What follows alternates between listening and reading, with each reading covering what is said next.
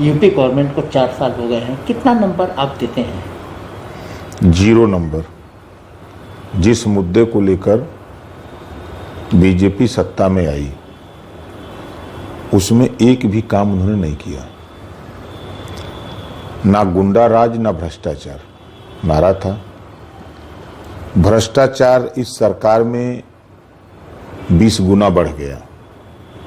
कोई ऐसा थाना नहीं है उत्तर प्रदेश का जहां बिना रिश्वत के एफआईआर नहीं हो रही है। जो पिछली सरकारों में 500 रुपए में काम होते थे, इस सरकार में वहां 20-20 हजार रुपए लिए जा रहे हैं। जीता जागता उदाहरण इस सरकार में उस स्तर तक इस सरकार के एसपी उतर गए। महोबा का एसपी एक पंडित जी से कहा कि तुम 5 लाख रुपया महीना दो, नहीं दोगे तो गोली मार दूंगा। 5 लाख रुपया एक महीने का दिया, दूसरे महीने नहीं दिया, एसपी ने गोली मार दिया। एसपी के ऊपर 50,000 का इनाम घोषित हुआ, भगेड़ू है। दूसरा उनका गुंडा राज। बलिया में पाल के हत्या होती है दिन में 2 बजे और पूरी सरकार अपराधियों को बचाने में लग जाती है। हाथरस की घटना, रात को बेटी को 12 बजे रात को जला देते हैं जिस बेटी के साथ बलात्कार होता है। सीबीआई जांच नहीं होती तो अपराधियों को छुड़ा लेते हैं। सीबीआई जांच की रिपोर्ट आने के बाद प्रदेश सरकार के मुखिया कहते हैं कि सीबीआई की रिपोर्ट को हम नहीं मानते। अब इससे बड़ा प्रमाण क्या दिया जा सकता है? जिस सरकार में ये लोग कहते थे कि न गुंडा राज रहेगा, जिस सरकार में सुरक्षा कर्मी कानपुर में 8-8 लोग शहीद हुए, बुलंदशहर में मारे गए, ना भ्रष्टाचार। भ्रष्टाचार की भेंट चढ़ा। आजादी के बाद अब तक जो हमने देखा कि गांवों से लाश श्मशान घाट पे जाती है। इस सरकार में भ्रष्टाचार इतना चरम पे कि श्मशान घाट से लाश गांव गई है। ये इस सरकार के भ्रष्टाचार का खुलासा है। लेकिन सर, ये लोगों के दावे तो बहुत हैं कि हम लोग बहुत कुछ कर रहे हैं। आज उसको लेके पूरे प्रदेश में मंत्रियों ने मोर्चा संभाल रखा है। हाँ, कर रहे हैं। उनका 1 नंबर का काम है। महंगाई इन्होंने 1 नंबर कर दिया। जो अरहर की दाल 60 रुपया थी उसको 125 कर दिया। जो सरसों का तेल 50 रुपया था उसको 150 कर दिया। जो गैस सिलेंडर 350 था उसको 900 कर दिया। जो पेट्रोल 55 रुपया था उसको 100 रुपया कर दिया। जो डीजल 60 रुपया था उसको ये लोग 82 रुपया कर दिए। काम तो कर ही रहे हैं, ऐसा नहीं कि नहीं कर रहे हैं। इसी का ये तो कर ही रहे हैं। इससे आम जनता त्रस्त है। आम, गरीब, कमजोर, पिछड़े, दलित, अल्पसंख्यक इस महंगाई की मार से 1 नंबर झेल रहा है। ये काम है इनका। दूसरा इनका काम देख लीजिए, अपराधियों को संरक्षण देना, बलात्कारियों को संरक्षण देना।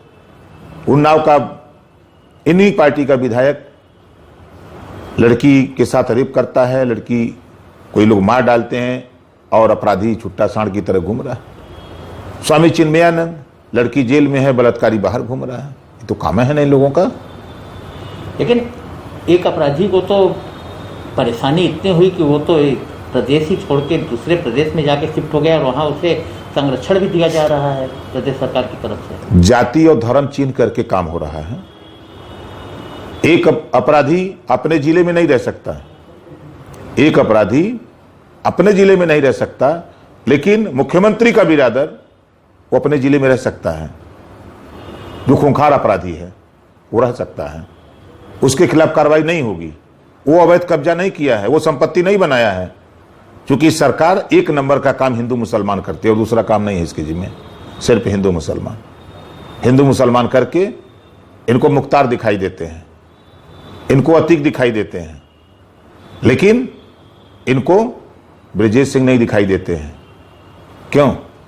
इनको सिपाही सिंह नहीं दिखाई देते हैं, सोनू सिंह नहीं दिखाई देते हैं। दिखाई कौन देता है? खाली मुसलमान।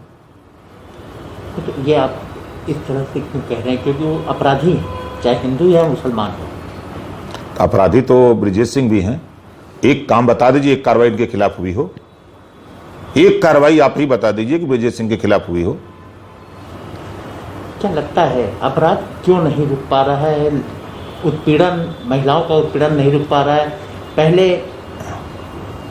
एंटी रोमियो बनाया गया, फिर मिशन शक्ति ला दिया गया, लेकिन फिर भी महिला अपराध नहीं रुक रहा है। देखिए, जब सरकार अपराधियों को संरक्षण दे रही हो तो अपराधी तो अपराध करने से तो मानेगा नहीं।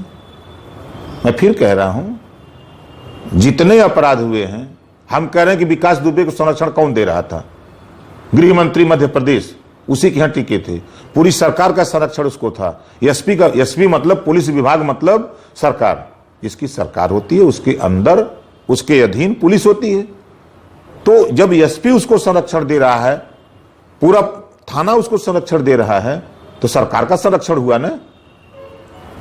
और जब सरकार ने 2017 में जिस तरह का मैनिफेस्टो लाया था प्रदेश के लिए, क्या आपको लगता है उस मैनिफेस्टो में, क्योंकि आप भी सरकार में मंत्री थे, उस मैनिफेस्टो पे कुछ काम हुआ है जनता के लिए?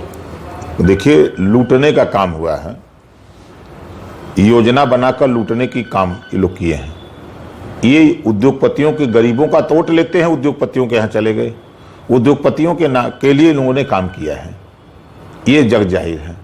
आज हम बनारस में ही जितने बड़े ठेके पट्टे हैं, एक यूपी का कोई नौजवान या बनारस का किसी को मिला हो, वो सब गुजराती ठेका पट्टा कर रहे हैं।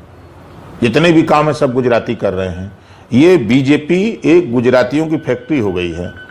ये बिजनेस उसमें कर रहे हैं। इनसे गरीब से मतलब नहीं है, कमजोर से मतलब नहीं है।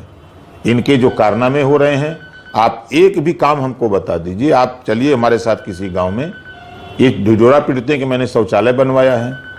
90% शौचालय या तो छत नहीं बना है, या तो दीवार टूट गई है, या तो जो सीट है उसमें वो नहीं लगा है, सब बेकार हो गया है। 90% काम नहीं है, उपयोग में नहीं है, और ढिढोरा पीटते हैं। आवास किसको दे रहे हैं? जो 20,000 15,000 रुपया दे रहा है गरीब, उसको आवास मिल रहा है। जिसके पास है नहीं है वो कहां से दे रहा हो? जो वास्तव में पात्र है उसको नहीं मिल रहा है। ढिढोरा पीटने का हमने इतना पेड़ लगवा दिया। अरे पेड़ लगवाने से नहीं होता है, उस कितना जीवित है ये तो बताओ। आपने कहा शुरुआत में कि नंबर आप 0 देते हैं इन्हें, लेकिन क्या जनता 2022 में इन्हें कितना नंबर देने की उम्मीद आपको लगती है? आ जाने दीजिए टाइम। जनता जूझ रही है, जनता खोज रही, समय का इंतजार कर रही है। किसान अलग परेशान है।